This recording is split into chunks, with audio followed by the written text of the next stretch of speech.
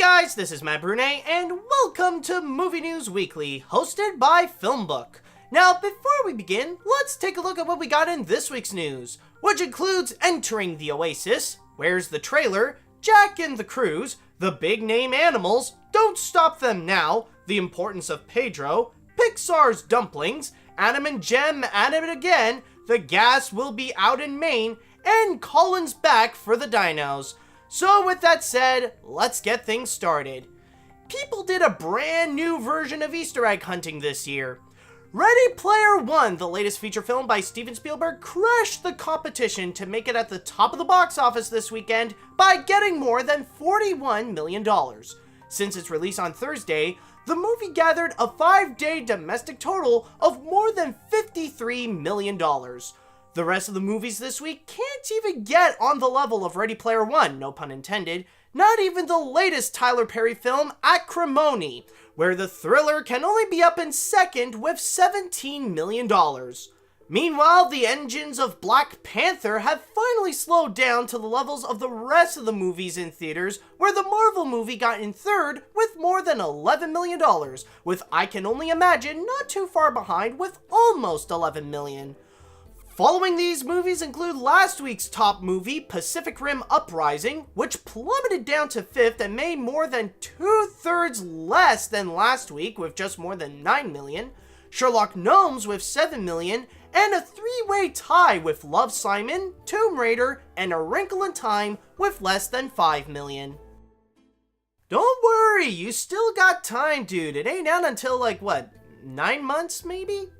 Director James Wan addressed the issue regarding the lack of a trailer for the upcoming DC superhero film Aquaman. The reason why it's not showing up is because Wan is blaming his own perfectionism for nothing to show as of yet. He stated, "I am simply not ready yet to share. The movie is filled to the gills with visual effects, and the process is as slow as laborious as a sea slug. Yes, every shot in the trailer takes forever to do, and I refuse to put out anything that might be construed as subpar. I know it seems like nothing is brewing above the surface, but I can assure you we're working non-stop under the waves. And yes, I plan to occasionally put in so many oceanic puns and references every chance I get. During late 2017, the director of The Conjuring and Furious 7 mentioned about the difficulty of making a big-budget feature where it's mostly set in the water. When last year's Justice League was released, the movie received some mixed reviews, but fans really enjoyed the inclusion of Jason Momoa's character, which is building the anticipation for the standalone movie. Aquaman will be coming to theaters December 21st. And to your right of the showering elephants, you see a British comedian. Jack Whitehall has signed on with Disney in order to be among the leads in The Jungle Cruise. While the plot of the movie remains unknown, Whitehall will be playing the part of the brother of Emily Blunt's character. Dwayne Johnson is also on board to both star and produce the feature with 7 Bucks Productions. The movie will be based on the popular Disneyland attraction that has been in the theme park since opening day in 1955, where guests go on a riverboat to explore all different jungles from all around the world. The ride is also featured in numerous of Disney parks from all over the world. Joan Colette Serra is on board to direct the feature, and Michael Green, who recently got nominated for an Oscar for his work on last year's Logan, will be writing a new version of the script that was previously done by Patrick McKay and J.D. Payne. What Disney is hoping to do with The Jungle Cruise is turn it into another big-name franchise that can spawn several other movies, just like what they did with another classic Disney attraction, Pirates of the Caribbean. There is no word on a release date, but production will be happening this May. And speaking of seeing all the animals, here are some animals that he could talk to. Robert Downey Jr. revealed on social media the cast that will be voicing the animals in The Voyage of Dr. Dolittle. While Tom Holland, Emma Thompson, Ralph Fiennes, and Selena Gomez have been already announced, the other animals in the crew includes Octavia Spencer, Kumail Nanjiani, John Cena, Rami Malek, Francis de la Tour, Marion Cotillard, Craig Robinson, and Carmen Ejogo.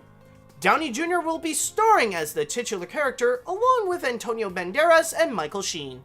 The movie was previously written by Tom Shepard, but it now has a new script by Stefan Gahad, who will also be directing the picture.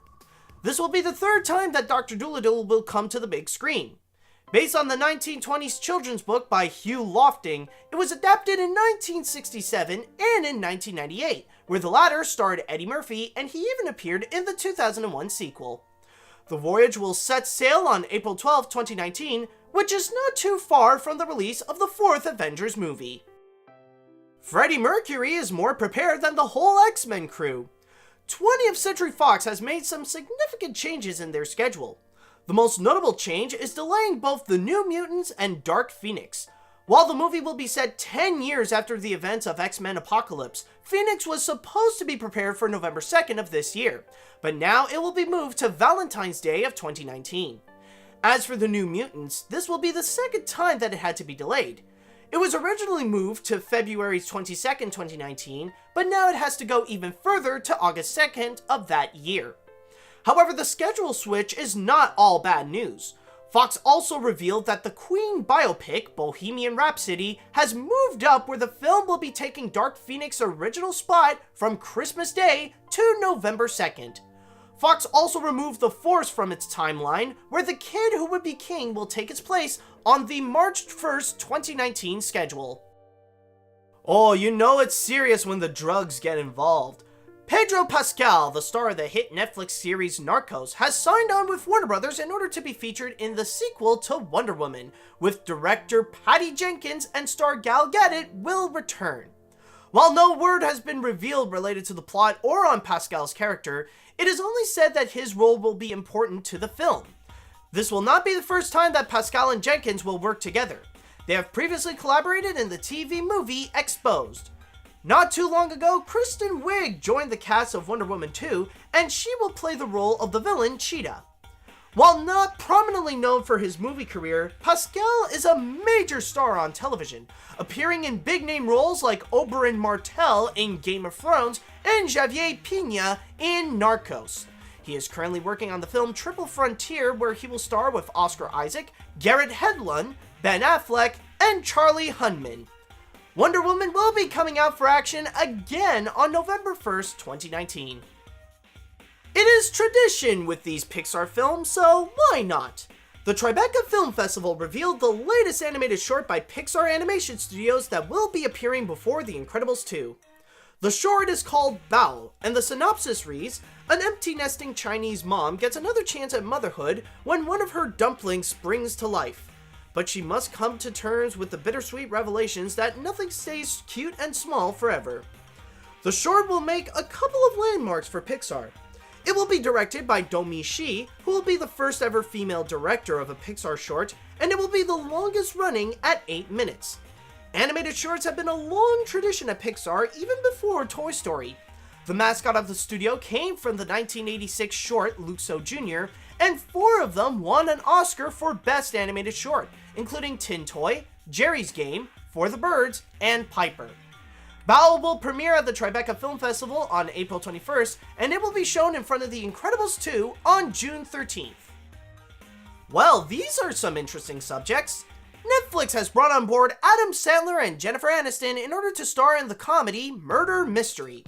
Written by James Vanderbilt and Workaholics creator Kyle Newacek directing, the movie will be about a cop and his wife going on vacation in Europe, where they end up being the prime suspects of a murder of an old billionaire.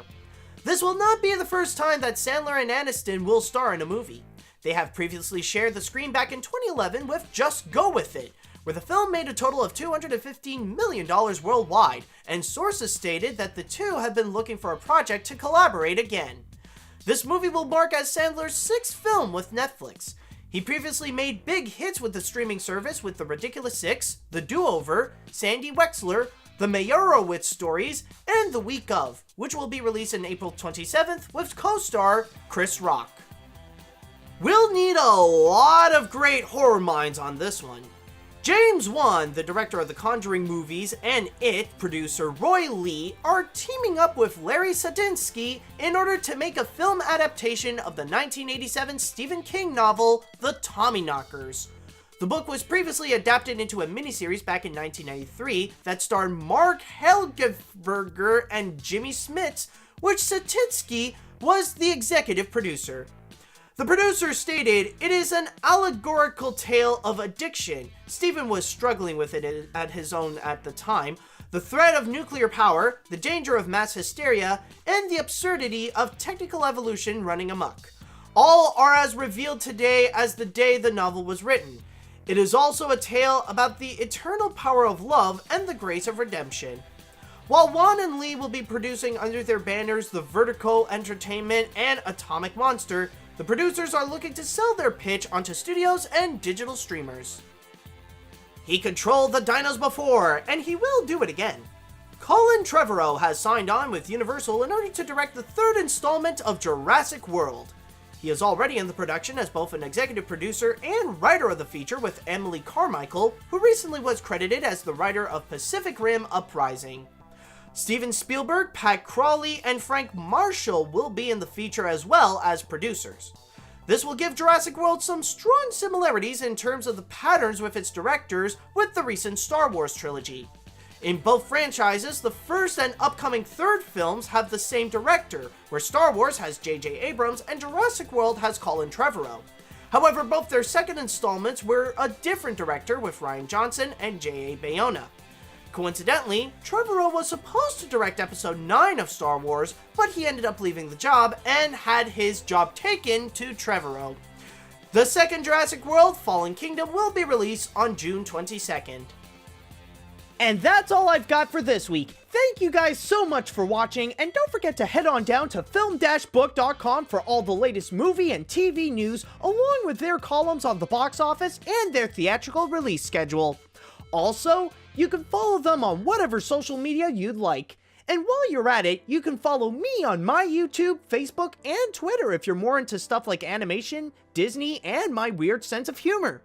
If you were watching this on YouTube, then hit that like button and come subscribe to us, and also leave a little comment on what you think on the news this week. If you were listening to this on a podcast on iTunes or any other podcast service, then don't forget to rate and review what you just heard. Tune in next time for another round of Movie News Weekly, and until next week, see you later, dudes!